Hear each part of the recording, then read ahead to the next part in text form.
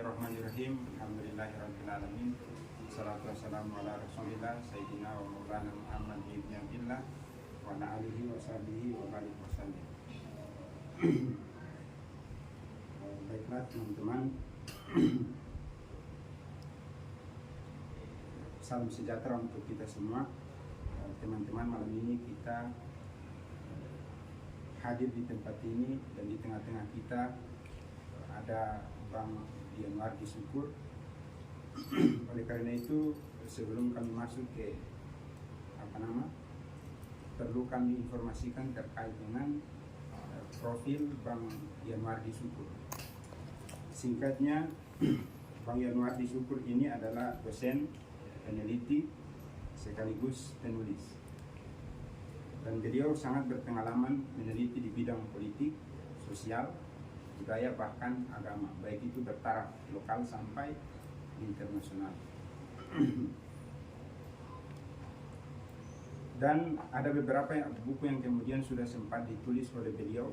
Tadi kalau tidak salah kami dengar itu sudah sekitar 100-an buku. Nah, terus beliau ini kalau di MUI itu sebagai menggeluti di bidang Komisi Hubungan Luar Negeri dan Kerjasama Internasional, kurang lebih begitu. Dan sekitar 1 tahun yang lalu beliau sempat berkunjung ke Ukraina dan Rusia. Pada waktu itu sempat terjadi konflik antara Ukraina dan Rusia. Jadi ketika beliau balik ke Indonesia, beliau menulis salah satu buku yang berjudul Islam di Crimea, jadi jejak-jejak Islam yang ada di Ukraina. Nah, pada tahun 2013 beliau menerima penghargaan Pena Award untuk kategori buku non-fiksi di Kuta, Bali. Dan beliau dikategorikan sebagai penulis yang produktif dan sempat diundang dalam temu karya sastra Islam di Padang. Jadi begitu Bang ya. Dan pada tahun 2015 beliau menjadi salah satu orang dari sekian banyak penulis yang buku-bukunya diterbitkan di Dirjen Kemendikbud. Yang buku itu bertulisan Ensiklopedia Suku Bangsa di Indonesia. Dan pada tahun 2016 beliau bersama beberapa temannya mendirikan Center for Islamic Studies atau Lembaga Kajian Islam dan Global. Dan masih banyak lagi karya-karya beliau yang tidak perlu kami sebutkan di tempat ini. Oleh karena itu, teman-teman, buku yang akan kita bedah pada malam ini yaitu buku Islam di Crimea yang akan dikupas langsung oleh narasumber kita pada malam hari ini, yaitu Bang Yanwardi Syukur. Persilakan Bang. Baik, terima kasih. Bismillahirrahmanirrahim. Assalamualaikum warahmatullahi wabarakatuh. Waalaikumsalam warahmatullahi wabarakatuh. Sebenarnya di Tobelo ini lebih enak ngobrol yang santai-santai. Apalagi yang malam-malam begini ya, santai-santai, apalagi ada angin malam sambil nunggu kopi sebentar lagi nih.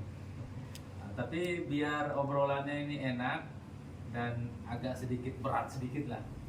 Kan kalau yang pernah jadi aktivis mahasiswa kan kadang suka yang berat-berat sedikit ya. Ya keren-keren sedikit lah. Nah, kita bikinlah bedah buku ini. Nah, ini cover bukunya, dan ini bukunya ya, Islam di Crimea. Buku ini sebenarnya ada 2 versi, ada versi Indonesia, ada versi bahasa Inggris, ada 2. Saya bikinnya sekitar 1 bulan lebih sepulang dari Ukraina. Jadi tadi disebutkan pergi ke Ukraina dan Rusia. Sebenarnya saya hanya pergi ke Ukraina saja, ke Ukraina, karena untuk masuk ke Rusia kan kita harus punya paspor Rusia. Perjalanan ke Ukraina waktu itu dari Jakarta, dari Cengkareng kita menuju ke Doha. Dari Doha kita terbang ke Warsawa. Warsawa itu masuknya di Polandia. Kalau dulu kita pernah belajar sejarah, ada tuh namanya Pakta Warsawa. Pakta Warsawa itu satu perjanjian yang penting. Turun di Warsawa, Warsawa itu dinginnya udah minus 3. Kalau kayak sekarang kita ini berapa nih? Berapa derajat Celcius? Mungkin berapa nih? 20-an atau 30-an kali ya. kalau sekarang kita nih. Nah di Warsawa itu udah -3. Jadi ketika di sana itu saya udah pakai sarung tangan, kemudian baju itu udah lapis 2 atau 3, pakai jaket, dan celana itu nggak cukup, celana ini harus pakai celana lagi di dalam lagi yang agak panjang. Nah tiba di Warsawa, kita dijemput oleh organisasi yang mengundang kita. Jadi organisasi yang mengundang kita itu salah satu NGO LSM di Inggris. Nah diundang, mereka datang jemput, dan ada juga dua security mantan tentara di sana. Ada mantan tentara Inggris dan mantan tentara di sana, dan mereka udah biasa ngelatih untuk security di tingkat Afrika sama di Timur Tengah. Kita dijemput, kemudian masuk, kemudian dari Warsawa perjalanan naik bus yang agak gede menuju ke perbatasan. Jadi perbatasan antara Polandia sama Ukraina. Di perbatasan itu seperti biasa paspor diperlihatkan dan lain sebagainya, di cross check dulu. Dari perbatasan sudah lewat, kemudian kita masuk ke Ukraina. Nah di Ukraina itu ada satu kota yang kita masukin pertama, namanya Lviv. Itu kota yang banyak sekali coklatnya banyak. Sebenarnya kalau di sini di Tobelo ini kan banyak pohon coklat juga ya. Kalau udah kurang. Nggak ada malah. Udah nggak ada. Kayaknya di daerah sana. Bagian utara udah mulai kurang. Nah kalau misalnya coklat itu bisa diolah menjadi bentuknya coklat, itu sebenarnya bagus.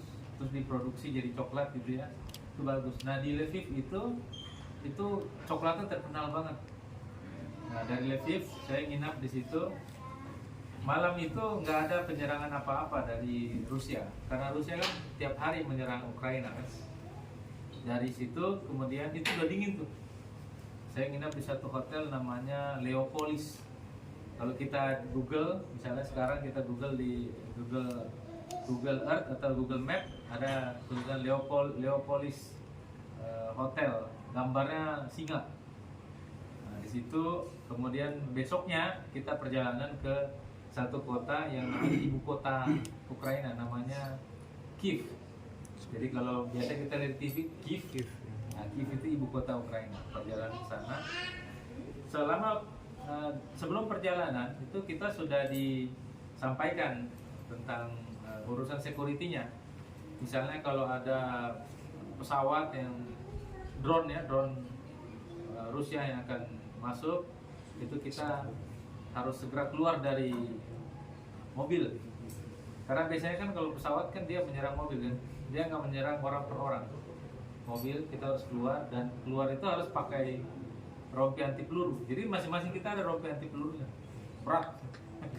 Rompi anti peluru, dan kalau ada kejadian itu maka harus kita tiarap di ini, tiarap biar aman. Tapi itu alhamdulillah nggak ada apa-apa. Sampai di sana di Kiev, kemudian ketemu banyak orang lah. Ketemu tiap hari ada serangan-serangan. Kadang biasanya jam 2, jam 3 ada serangan. Itu biasanya bunyi alarm. Kadang juga alarmnya dari sini. Kalau kita download alarmnya Ukraina itu bisa muncul alarmnya kalau misalnya ada serangan. Kalau ada serangan gitu maka kita diminta untuk turun ke shelter. Jadi rumahnya orang-orang Ukraina itu, rumah atau gedung-gedung, biasanya di bawah rumah itu ada satu kolong. Di kolong itu kita bilang bunker lah. Itu tempat mereka di bawah. Nah biasanya di situ. Jadi kenapa di bawah? Karena kalau serangannya di atas itu kan hancur di atas tuh. Kalau di atas hancur kan di bawah enggak. Nah, jadi masuk ke situ. Nah tiap hari ada serangan terus, tapi alhamdulillah kita nggak apa-apa. Saya ketemu di sana banyak orang lah, dari pemerintahan, agama, kemudian aktivis HAM, dan lain sebagainya. Nah, pulang dari sana, saya bikin buku ini, Islam di Crimea. Nah, kalau kita lihat peta, misalnya kita buka di peta ya, misalnya kita klik peta Ukraina. Itu nanti Ukraina itu gede, di paling bawah itu ada satu kawasan, yaitu bentuknya itu kayak apa namanya, permata gitu. kecil dia di paling bawah, dan dia di dekatnya sama laut paling bawah dia. Di laut paling bawahnya itu namanya Laut Hitam atau Black Sea. Laut yang atasnya itu namanya dan laut satu lagi saya lupa, ada dua, jadi di tengah-tengahnya. Nah itu dulunya adalah punyanya atau satu wilayah yang masuk ke Ukraina. Tapi tahun 2014 kalau nggak salah, itu daerah Crimea itu dikuasai oleh Rusia. Jadi 2014 sampai sekarang itu dikuasai oleh Rusia. Jadi sekarang wilayahnya Rusia, dan orang-orang Ukraina yang ada di Crimea itu sudah banyak yang mengungsi ke berbagai tempat. Nah, saya pengen cerita sedikit tentang buku ini ya. Nah, pertama buku ini sumbernya dulu nih, sumber buku ini lebih banyak dari sumber-sumber berbahasa Inggris berkaitan dengan sejarah Ukraina sama Crimea. Itu sumbernya. Nah, sebenarnya sumbernya itu banyak dalam bahasa Rusia sama bahasa Ukraina. Tapi karena saya belum bisa bahasa itu, atau mungkin juga bahasa Turki. Tapi karena saya belum bisa bahasa itu, jadi saya pakai bahasa Inggris saja. Nah, itu sumbernya. Kemudian sumber saya yang lain adalah saya melakukan korespondensi dengan beberapa pakar. Ada pakar dari Ukraina juga, ada profesor dari Ukraina, kemudian sejarawan Ukraina. Ada profesor dari Ukraina yang menerjemahkan Al-Quran dari bahasa Arab, dia terjemahkan ke bahasa Ukraina. Nah, dia pernah. Kita di sini udah ada belum Al-Quran berbahasa Tobelo? Belum ada ya? Nah, atau bahasa Galela. Nah, sebenarnya bagus itu kalau ada yang bisa bikin. Jadi kalau ada yang bisa bikin itu bagus. Karena kayak di Makassar itu ada Al-Quran bahasa Majene. Ada yang keturunan Bugis Majene. Itu ada bahasa Majene. Ada juga bahasa macam-macam banyak. Jadi itu biar memudahkan. Nah,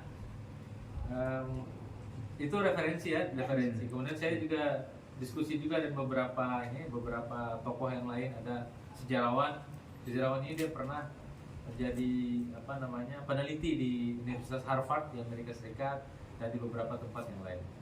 Kemudian saya juga ngobrol-ngobrol juga dengan duta besar Ukraina di Indonesia, Dr. Fasil Hamianin, dan lain sebagainya. Begitu juga beberapa teman. Nah, dari bacaan-bacaan serta pergaulan-pergaulan itu, pertemanan-pertemanan itu, akhirnya saya bikin buku ini. Nah, buku ini dimulai dari sejarahnya dulu nih. Jadi sejarahnya itu dimulai dari kurang lebih 1000 tahun sebelum Masehi. Kan kalau 1 Masehi itu kan dihitung dari kelahiran Nabi Isa. Nabi Isa kan, makanya kan disebut Isa Al-Masih. 1000 tahun sebelum lahirnya Nabi Isa, jadi 1000 tahun kita hitung. 1000 tahun itu daerah Crimea itu sudah dimasuki oleh berbagai peradaban. Ada orang Yunani dulu itu dia pintar bikin kapal kecil lah. Jadi mereka dari pulau Yunani, mereka perjalanan terus sampai ke pesisir Crimea. Ada juga orang Italia itu Genoa namanya. Itu juga mereka, karena mereka berlayar, mereka ke situ. Jadi di pinggir pesisir Crimea itu ditinggali oleh orang Italia, orang Genoa. Mereka tinggal di situ, berdagang dan lain sebagainya. Dulu ada kabar katanya di daerah situ ada masyarakat yang kanibal. Kanibal itu apa karakter dia? Barbar ya. Barbar lah ya, dia makan daging manusia. Katanya seperti itu. Ada. Namanya suku Skit kalau nggak salah, suku Skit. Tapi saya juga tidak dapat banyak referensi suku Skit itu apakah benar dia kanibal apa enggak. Nah itu sebelum Masehi. Jadi sudah diperebutkan itu orang Italia ke sana, begitu juga orang macam-macam orang ke sana. Kemudian di perjalanan Masehi itu 1 Masehi, 2 Masehi, 3 Masehi terus. Ini di daerah daerah Crimea ini juga dimasuki oleh masyarakat dari Turki yang masuk dan lain sebagainya. Kemudian sampai ke abad ke-9 atau ke-10 ada seorang laki-laki namanya Vladimir, tapi bukan Vladimir Putin. Vladimir namanya. Nah, Vladimir satu gitu. Nah, Vladimir ini dia termasuk laki-laki yang ya kalau dibilang bahasa sekarang flamboyan lah. Dia itu punya harem. Harem itu apa sih bahasa kita? Ya, cewek. Selir lah atau apa ya? Mungkin ya. Simpanan bisa juga begitu. Itu sekitar lebih dari 500 orang. Berarti dia tipe lelaki tangguh lah kira-kira seperti itu. Bukan lagi playboy. Bukan lagi playboy. Jadi lebih 500 orang itu ininya apa nama cewek yang dia dekat itu. Dan itu di daerah Kiev aja. Daerah Kiev. Dia asalnya dari daerah utara. Kalau kita biasa nonton film-film Eropa Utara itu biasanya kan mereka karakternya pelaut dan sebagainya. Nah, si Vladimir ini dari utara, dia sampai di Kiev. Nah, dia banyak ininya, banyak ceweknya gitu di Kiev. Suatu ketika Vladimir ini dia tertarik sama Bizantium. Bizantium ini udah Kristen. Nah, si Vladimir ini masih pagan. Pagan ini menyembah berhala. Paganisme, menyembah berhala. Karena orang-orang di Eropa Utara itu rata-rata menyembah berhala. Kalau ada yang pernah dengar dulu, ada yang yakin tentang Tuhan bernama Valhalla. Biasanya di film-film apa tuh yang di film Marvel Amerika itu ada tuh tentang Valhalla dan lain sebagainya. Nah, Vladimir ini dia dari Kiev itu kan bagian atas. Dia melakukan penyerangan ya, dia punya pasukan banyak, penyerangan sampai ke Crimea di bawah itu. Nah, ketika di Crimea dia menaklukkan Crimea. Setelah dia menaklukkan Crimea, kemudian dia tertarik untuk konversi agama dari pagan, jadi menyembah berhala, ke agama Kristen. Maka dia konversi di situ, dibaptis di situ. Setelah dibaptis, kemudian dia menikah dengan salah satu anaknya kaisar. Nah, dengan begitu maka dia kemudian menjadi raja. Ya, jadi raja yang beragama Kristen. Langsung terjadi kristenisasi itu. Kristenisasi di daerah yang namanya Ukraina, Crimea dan lain sebagainya itu. Kristenisasi terjadi di masa Vladimir. Nah, setelah dia masuk Kristen, kemudian dia melakukan kristenisasi. Dosa-dosa dia yang lama itu, yang dia punya perempuan 500 dan lain sebagainya itu langsung seakan-akan terampuni. Makanya dia disebut Vladimir the Great. Great itu apa? Yang hebat. Biasanya kan kalau tokoh-tokoh hebat itu kan disebut the Great ya, misalnya Alexander the Great, ya kan? Pokoknya the Great itu biasanya great besar yang hebat. Nah, dia melakukan kristenisasi di situ. Nah, setelah itu kemudian ini kan abad ke-9-10 ya. Kemudian abad-abad selanjutnya di daerah Asia, kalau kita lihat peta itu, kita kan Asia Tenggara ya. Kita lihat misalnya daerah Mongol. Mongol ini kan berdekatan dengan Cina, berdekatan juga dengan Rusia yang gede. Nah, di situ ada suku-suku Mongol yang dulunya itu dia berpisah-pisah, akhirnya disatukan oleh seorang tokoh Mongol yang terkenal. Siapa namanya? Genghis Khan ya kalau nggak salah ya. Ya kayak Ada Hulagu. Hulagu. Hulagu itu nanti keturunan di bawahnya. Genghis Khan ini dia mempersatukan semuanya dan dia menjadi The Great Khan. Great Khan ini Khan yang paling gede. Kalau raja-raja itu kan ada yang disebut Khan kan. Tapi ada juga raja yang disebut Sultan. Kalau di Ternate dan sini kan kita pakainya Sultan ya. Sultan. Ada Khan. Nah, ketika itu si Mongol ini kemudian memperluas ekspansi wilayahnya. Jadi dari Mongol dia perluas sampai ke wilayah Rusia dan sampai ke wilayah Crimea dan lain sebagainya itu. Mereka perluas itu. Nah, lama kelamaan ternyata karena mereka ini hebat, dia menguasai sekian banyak tempat itu. Jadi satu suku yang paling banyak menguasai wilayah di dunia ini salah satunya adalah suku Mongol itu. Dia menguasai itu.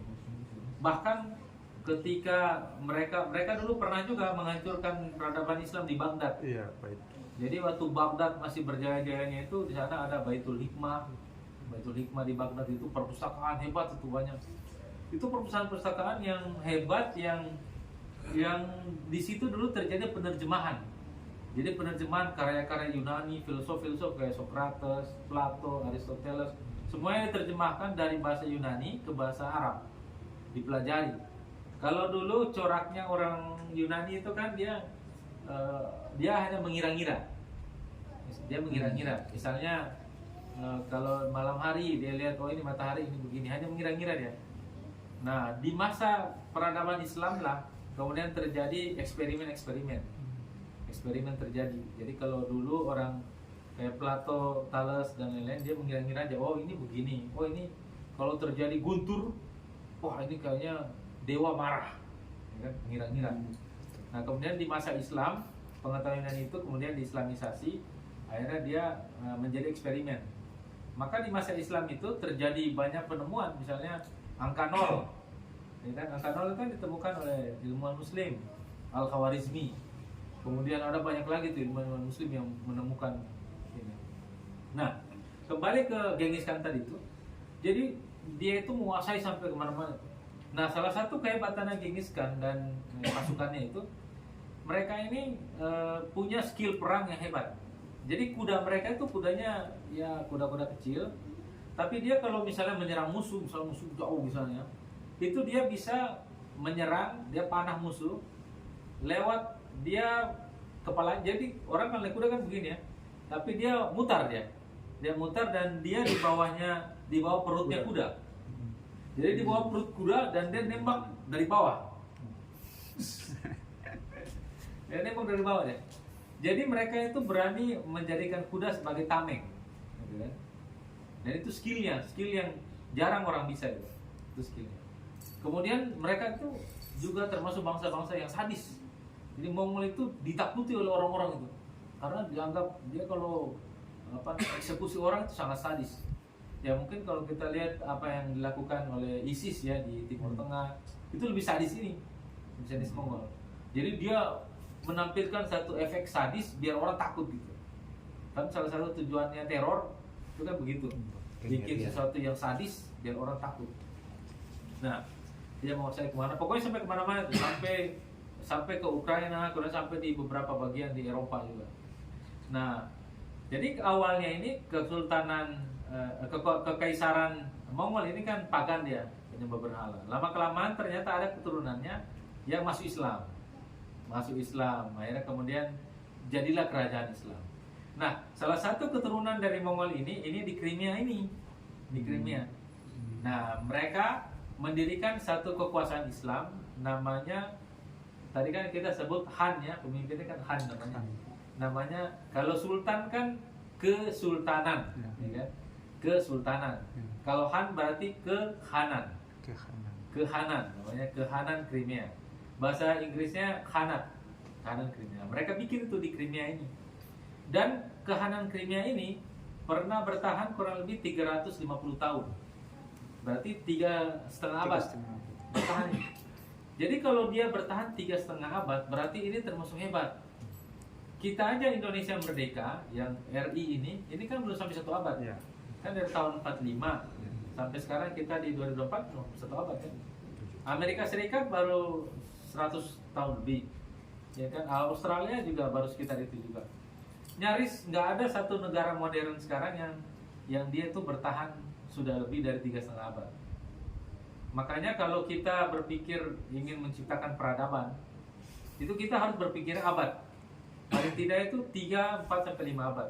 Sebagaimana dulu Sriwijaya yang di Sumatera itu dia berkuasa beberapa abad itu, lebih dari 300 abad, 300 tahun, lebih dari 300 tahun, dari 3 abad. Sriwijaya. Nah, jadi harus seperti itu. Nah, kalau kita lihat sebenarnya Kesultanan Ternate itu juga kalau kita lihat dari awal itu, dari abad-abad keberapa sih? 12 sampai 13. Itu kan berarti sebenarnya sudah bertahan lama ya. Sudah bertahan lama. Jadi itu juga satu khazanah legasi yang luar biasa itu. Bagaimana satu peradaban kekuasaan bisa bertahan. Nah, ini di bagian awal buku ini saya bahas tentang tadi tentang pendirian kekuasaan dan lain sebagainya. Kemudian di bagian selanjutnya di sini juga ada satu cara hidup orang Crimea, orang Tatar namanya, Tatar Crimea. Tatar Crimea, mereka itu bekerjanya biasanya sebagai pencari budak. Jadi sebenarnya kalau di masa Nabi Muhammad itu kan perbudakan kan udah dihapus. Tapi di masa itu perbudakan itu termasuk sesuatu yang mahal. Jadi orang kalau dapat budak itu dia dijualnya mahal.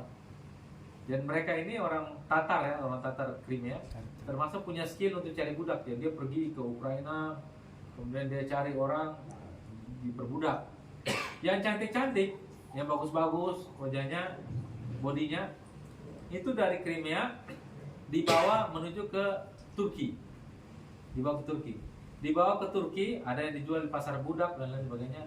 Di Turki yang cantik-cantik itu dijadikan selir. Selir di kerajaan Kesultanan Turki Utsmani. Jadi selir di situ. Nah, ada satu selir yang terkenal namanya Roxolana. Roxolana ini termasuk yang cantik lah dari orang Ukraina. Nah, dia ini cantik dan pinter. Nah, dia awalnya selir, tapi karena dia punya pinter, akhirnya kemudian lama-lama disukain sama sultan, kemudian dinikahi oleh sultan. Akhirnya dia dari selir berubah dia menjadi istri sultan. Setelah jadi istri sultan, kemudian dia juga turut menggerakkanlah kesultanan itu lewat kebijakan dia. Roxolana itu menikah dengan salah satu sultan terbesar dalam Turki Utsmani, namanya Sultan Sulaiman Al-Qanuni. Nah, itu Sulaiman Al-Qanuni terkenal tuh. Nama belakangnya Al-Qanuni, Qanun itu undang-undang kan? Karena dia itu membuat undang-undang di masa dia. Nah, waktu Sulaiman Al-Qanuni berkuasa, kalau nggak salah dia juga pernah kirim bantuan ke Aceh, ke kerajaan Aceh. Setelah Al-Qanuni meninggal, dilanjutkan sama anaknya mereka berdua nih, anaknya Sulaiman Al-Qanuni sama anaknya Roxolana. Roxolana ini nama Turkinya Hurrem Sultan. Jadi Roxolana nama baratnya, kemudian dia ada konversi ke Islam, kemudian dijadiin namanya Hurrem. Nah, dia punya anak jadi sultan, dan anaknya ini yang kemudian nanti mengirim bantuan ke Kesultanan Aceh juga. Jadi waktu itu Aceh itu lagi menghadapi Portugis. 1511 itu Portugis dari Portugal sana itu kan melakukan pelayaran dan dia tembus sampai di Malaka. Dia menguasai Malaka itu. Dia mengambil alih Malaka. Nah, ketika diambil alih Malaka, itu kan Aceh masih eksis. Makanya Aceh dapat bantuan dari Turki Utsmani. Waktu itu dikirimkan sekitar 500 serdadu terlatih dari sana, dari Turki dikirim ke situ, termasuk artileri. Maksudnya senjata-senjata berat dikirim dari sana. Untuk melakukan kalau misalnya terjadi konfrontasi dengan Portugis. Sebenarnya yang dituju oleh Portugis sampai dia tiba di Malaka itu adalah The Spices Island, pulau rempah-rempah, yaitu Ternate dan Tidore. Tempat kita ini sebenarnya dituju itu karena si Portugis dan Spanyol. Jadi dulu kan Portugis dan Spanyol ini kan kalah dia sama pasukan Arab. Jadi waktu perang salib itu kan pada akhirnya di perang salib itu kan yang menang kan Islam yang menang, dan Islam itu berkuasa di Lautan Tengah di Turki dan lain sebagainya. Maka mereka Portugis dan Spanyol berpikir mereka perlu mencari satu tempat yang lebih jauh di mana mereka bisa mendapatkan harta kekayaan termasuk rempah-rempah yang harganya mahal. Maka si Portugis sama Spanyol bikin perjanjian untuk eksplorasi tadi itu, penjelajahan samudra. Perjanjian Tordesillas. Nah, itu namanya Tordesillas tulisannya. Si Spanyol dia perjalanan, dia nyangkut sampai ke Amerika. Ya, sampai di Amerika. Sampai ke Amerika, maka Spanyol itulah yang kemudian nanti mensupport terus sampai jadilah dia negara Amerika. Jadi Amerika itu salah satunya ditemukan oleh orang Spanyol ini. Tapi juga ada sumber yang katanya sebenarnya Amerika itu ditemukan oleh orang Islam, dari budak-budak dari Afrika yang dikirim ke sana. Dan seperti itu. Jadi si Spanyol tujuannya dia ke Spices Island juga, Ternate Tidore tempat kita ini. Tapi dia nyangkut dia sampai ke Amerika, kemudian nanti dia tembus juga sampai ke Filipina, kemudian dia tembus sampai di Tidore. Makanya Kesultanan Tidore itu punya koneksi yang cukup bagus di masanya dengan Spanyol. Adapun si Portugis, dia lewat jalur bawah itu, dia lewat Afrika Selatan. Saya insya Allah kalau jadi, mudah-mudahan bulan ini atau bulan depan ke Afrika Selatan, ke sana. Nah, mereka itu sampai Afrika Selatan, kemudian sampai Samudra Hindia, terus sampai Malaka, menguasai Malaka. Nah, ketika Portugis menguasai Malaka, itu kan pernah kerajaan Demak itu kan mau menyerang juga, walaupun nggak berhasil juga kan. Demak mau kirim, ini mau kirim, nggak berhasil. Nah, dari situ kemudian mereka terus itu Portugis sampai dia tiba di Ternate. Maka kemudian kalau kita lihat dalam sejarah, kan ada konflik antara Kesultanan Ternate dan Tidore kan. Nah, Ternate di backup oleh Portugis, Tidore oleh Spanyol. Jadi ini juga sebenarnya yang menandakan bahwa terkadang kita itu perang sesama kita karena ada backup-backupan di belakang. Ada yang backup di belakang, yang ngompor-ngomporin gitu. Ya tujuannya mereka itu tadi untuk rempah-rempah dan lain sebagainya. Nah itu. Kemudian tadi kita sampai mana tuh? Tadi sampai Roxolana ya. Dia punya anak, kemudian anaknya itu jadi raja sultan, kemudian yang kirim bantuan ke Malaka. Nah, yang lain juga yang saya dapat di sini adalah dulu di Crimea itu ada seorang ulama namanya Sulaiman. Kalau dulu orang-orang dulu kan nyebut daerahnya kan pakai al gitu ya. Misalnya Syekh Yusuf dari Makassar, Syekh Yusuf al-Makassari, ya kan? Misalnya Imam Nawawi dari Banten, Imam Nawawi al-Bantani, ya kan? Kemudian ada juga Al-Jawi dan lain sebagainya. Nah, di Arab, di Mekah ketika itu ada satu semacam zawiyah, tempat sufi atau tempat tarekat lah, tarekat Naksabandiyah Khalidiyah. Salah satu guru utamanya itu namanya Sulaiman Al-Kirimi. Al-Kirimi itu Crimea. Nah, dia itu punya murid banyak orang Indonesia, orang Nusantara lah. Indonesia kan belum ada yang kayak ini. Nah, murid-murid ini yang dari Mekah kemudian dia pulang naik kapal kan, sampai di daerah utara Sumatera, kemudian mereka menyebarkan tarekat Naksabandiyah. Jadi Naksabandiyah di Sumatera Utara, termasuk juga Padang, termasuk Riau dan lain-lain, itu dari muridnya dari sana tuh, gurunya tuh Sulaiman Al-Kirimi. Makanya ada seorang profesor di Ukraina bilang bahwa sebenarnya pada batas-batas tertentu kemerdekaan atau kemerdekaan Indonesia, kan para ulama kan terlibat dalam kemerdekaan Indonesia itu salah satunya ada sumbangsi dari orang Crimea, katanya gitu. Itulah klaimnya, karena orang Crimea guru dari tadi itu. Nah, kemudian yang lain lagi di buku ini juga bercerita tentang apa yang terjadi terhadap orang Tatar Crimea. Jadi mereka itu ketika Kesultanan Kehanan Crimea itu hancur kan 350 tahun. Ketika dia hancur, itu dihancur gara-gara Turki Utsmani kalah perang sama Rusia. Jadi kerajaan Rusia, kekaisaran Rusia lah, itu dia perang sama Turki karena Turki kan menguasai Crimea. Kemudian Turki kalah, akhirnya kemudian Crimea diambil alih oleh Rusia. Nah, lama-kelamaan itu terjadi waktu Perang Dunia Kedua. Nah, waktu Perang Dunia Kedua itu kan ada tiga ya kalau saya sebut orang gila lah, orang gila di Perang Dunia Kedua itu. Yang pertama namanya Hitler Jerman. Hitler berkolaborasi sama Benito Mussolini, Italia. Kemudian satu lagi berkolaborasi juga dengan Jepang. Ini tiga ini punya kelompok namanya kelompok Poros. Dan ini kan kalau kita bilang paling banyak mudaratnya lah, tiga orang atau tiga kelompok ini. Hitler. Nah, Hitler ini kan dia punya kebijakan untuk selain dia ngancurin orang Yahudi kan, orang Yahudi dibunuh-bunuhin ya di Austria dan lain sebagainya. Nah, dia juga pengen menguasai dunia Hitler. Tahun 1939 Hitler Jerman itu bikin kerjasama dengan Soviet, Uni Soviet gitu ya, untuk tidak saling menyerang. 39 gitu.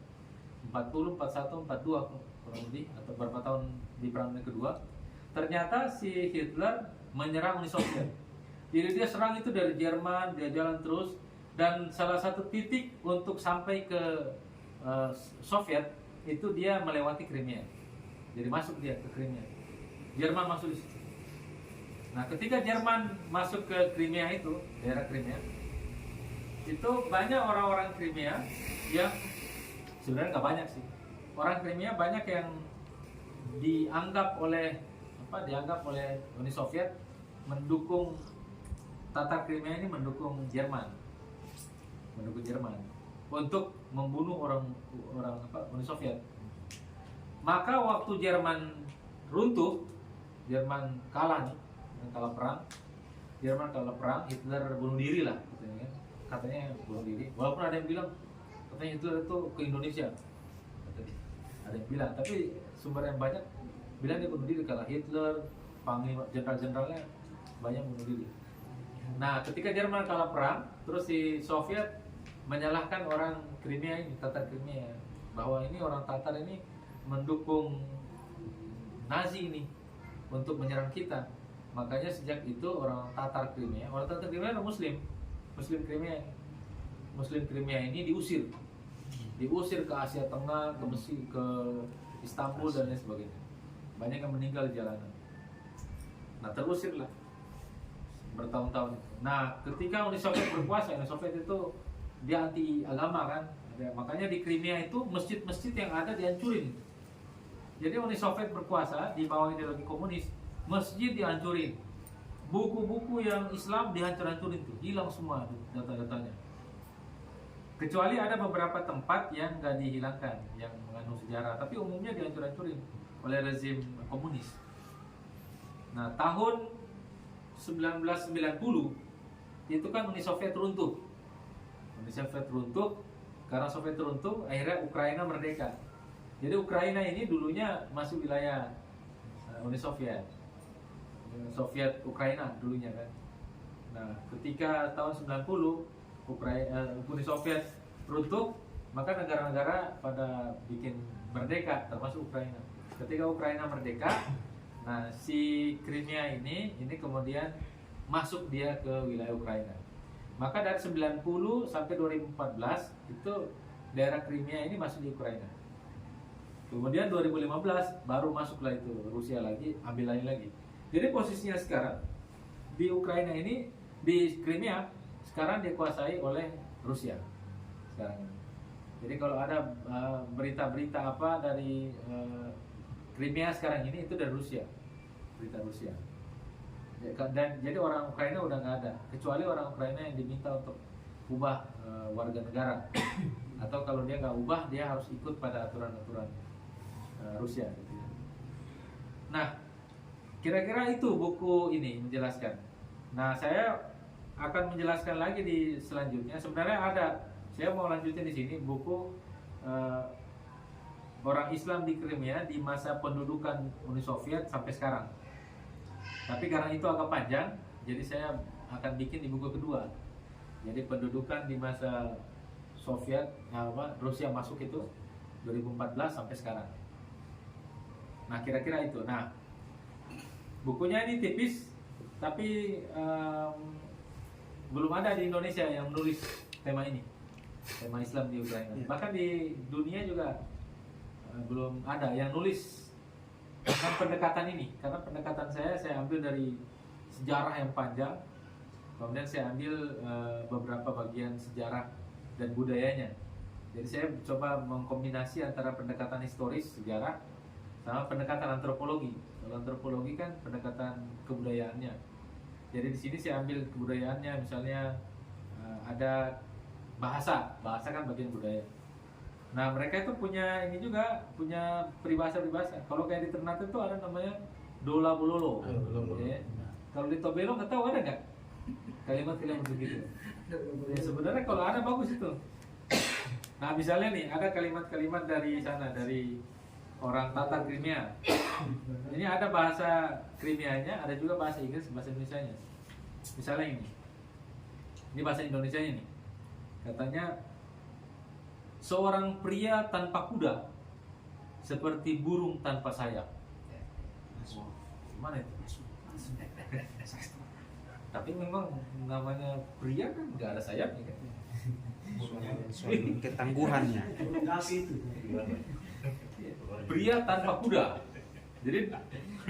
Jadi kalau pria tanpa kuda itu seperti burung tanpa sayap. Jadi dia burung, tapi nggak bisa terbang. Itu mungkin kalau ibarat sekarang kalau seorang pria tanpa motor, ya, dia nggak punya motor, ini laki-laki tanpa sayap. Mau lamar anak orang juga, pikir-pikir dulu di mana ini nggak punya apa-apa ini. Dia tanpa diri. Jadi tanpa kuda itu seperti burung tanpa sayap. Makanya kalau ada yang mau menikah, bagusnya punya sesuatu lah. Sesuatu. Dulu almarhum bapak saya itu kalau salah pernah punya Venice sini. Iya, Pinisi ini kapal Pinisi. Iya. Dia punya dari Galera sampai sini. Ada ternyata. Cuma saya nggak pernah lihat. Terus waktu beliau tamat STM, kan STM-nya di Bukit Tinggi. Tamat STM berarti kan tamat SMA tuh. Itu dia beli besi-besi tua. Kan dari dulu kan Jepang banyak sini kan. Mobil-mobil Jepang. Dia beli besi tua di KO dan lain-lain. Dirakit jadi mobil.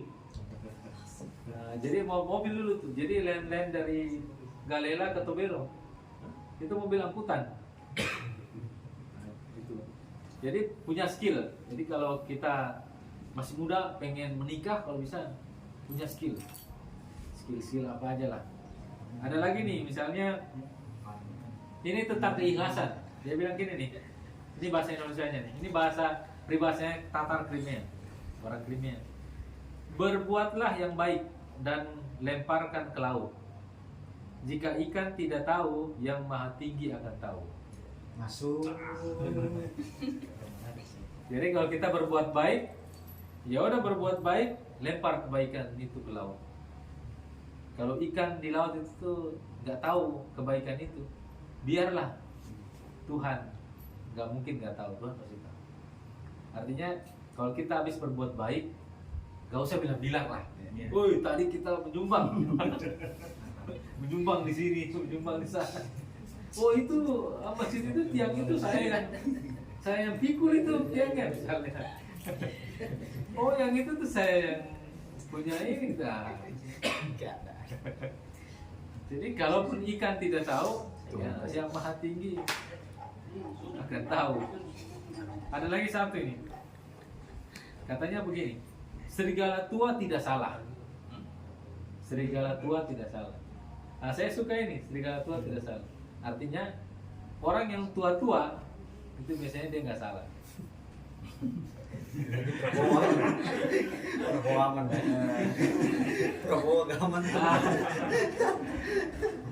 Jokowi rekaman. Nah, biasanya yang tua itu nggak salah. Karena dia udah pengalaman udah banyak tuh. Pengalaman banyak, jadi dia tahu gitu. Jadi ini pendekatan antropologinya. Jadi peribahasanya, kemudian ada di sini juga keseniannya. Mereka juga punya kesenian. Kemudian ada juga baju-bajunya, baju adatnya, ada juga sistemnya, macam-macam lah. Jadi buku ini memadukan antara itu. Ada yang terakhir ini peribahasa mereka. Nah ini juga kayaknya penting juga nih. Dia bilang begini, seekor babi akan lahir dari seekor babi. Seekor babi akan lahir dari seekor babi. Artinya kalau misalnya ini semacam kritikan keras gitu. Misalnya mengkritik kepada ini orang ini kok kayaknya nggak bener ini. Lacak lagi, orang tuanya siapa nih? Ya kan? Karena kan gen itu kan menurun kan. gen kecerdasan anak itu dari ibu. Jadi kalau ada anak pintar itu dari ibu. Gen kebijaksanaan, keberanian itu dari bapak. Makanya kalau kita di sekolah yang sering juara satu biasanya perempuan. Iya. Laki-laki biasanya paling belakang itu. Perempuan yang juara satu. Karena mereka cerdas. Nah, laki-laki itu keuntungannya dia di leadership, kepemimpinan. Nah, jadi terkadang laki-laki dia hanya diam, tapi dia memikirkan sesuatu. Itu laki-laki. Bijak. Nah, bijak. Laki-laki. Nah.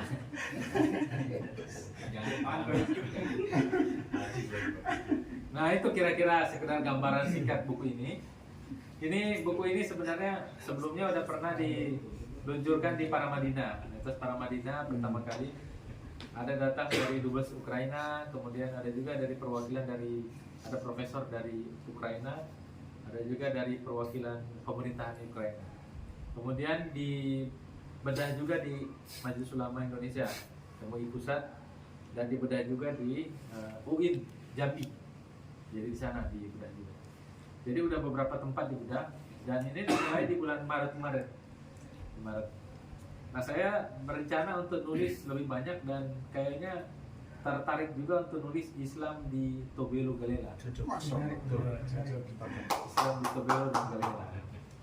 Biar kita ini generasi muda tahu kan, Islam di Tobelo ini kapan masuknya, di Galela kapan masuknya, jenis-jenis setan yang ada di Tobelo Galela.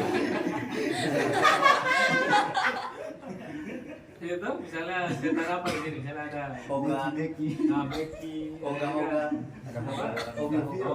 Vio, terus mata panas itu seperti apa? Ya, Apa itu sebenarnya kaboteri? Nah, terus di apa namanya di daerah Mamuya itu kan ada apa dulu itu? Tanpa mistis. Cerita apa tuh yang nggak kelihatan itu? Moro. Orang Moro. Morotia gitu. Nah, orang Moro, Morotia itu kan menarik juga cerita. Saya dulu pernah diwawancarai sama Trans 7. Karena saya rutin di Trans 7 untuk ya isu-isu misteri. No. Jadi isu misteri saya pernah bahas sedikit tentang Moro itu tadi. Waktu gua di kampungku juga bisa. Ada juga di sana.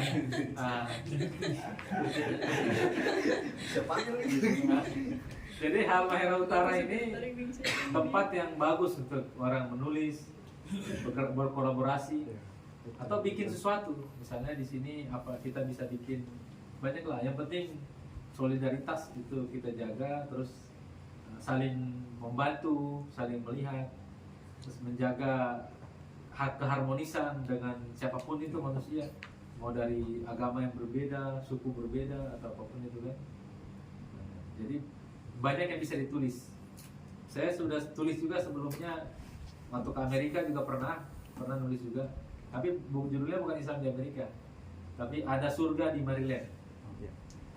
Karena waktu itu ke Washington DC, kemudian Washington DC saya ke Maryland beberapa setengah jam dari Washington DC. Nah, di situ saya dulu pernah ketemu ada kawan orang Yahudi ke rumahnya, terus saya lihat bagus ini daerahnya Maryland, dan di situ ada masjid juga, masjid Indonesia di Maryland. Jadi pernah ke Maryland, kemudian ke Pittsburgh, kemudian ke New York. Jadi pengalaman itu saya bikin buku. Ada juga waktu ke Australia juga, buku juga. Pokoknya kemana-mana bikin buku. Tujuannya apa? Tujuannya agar ini suatu saat bisa dibaca oleh anak-anak, orang yang mau mengkaji. Kita ini kan hidup terbatas kan jarang orang yang hidup sampai 100 berapa tahun kan, jarang lah. Nah, jadi kalau ada ini, mudah-mudahan kita niatkan buku itu sebagai kebaikan bagi orang lain. Kayak sekarang kan kita banyak nggak tahu kan sejarah, misalnya sejarah Islam di Halut itu seperti apa, kan kita nggak banyak tahu. Misalnya dulu di Perang Dunia Kedua katanya ada ulama yang pintar bahasa Arab, Inggris di Kaok yang disembelih sama siapa tuh, saya lupa, sama Jepang atau sama sekutu atau sama apa gitu. Itu pernah ada. Cuma saya nggak dapat infonya tuh, info detailnya. Nah, itu kan menarik dieksplorasi. misalnya Islam masuk ke Galela itu gimana, terus peran Muhammadiyah di Galela seperti apa dulu kan. Iya. Muhammadiyah kuat tuh di Galela, kemudian di sini seperti apa. Termasuk tadi tuh yang saya bilang tuh yang setan-setan itu, Suwangi. Neki dan kawan-kawan. Nah, itu. Ya, itu cocok. Nah, itu juga perlu dieksplorasi biar kita tahu, oh ini modelnya. Dia dan mata panas sih. Jadi kalau dilihat jenis setan paling banyak di sini. Iya. Agak variasi itu. Ya variasi. Banyak setannya ketimbang di pantai. Etika manual. Nah kira-kira itu sekedar pengantar untuk buku ini. Nanti kita bisa diskusi tentang buku ini atau kita perluas atau kita ke ini kan buku di luar ya. Kita bisa perluas tentang yang global atau bisa tentang nasional atau tentang lokal, apa yang kita bisa sharing gitu ya, atau ada rencana-rencana. Saya kira itu aja dari saya. Terima kasih. Assalamualaikum warahmatullahi wabarakatuh. Waalaikumsalam. Waalaikumsalam warahmatullahi wabarakatuh.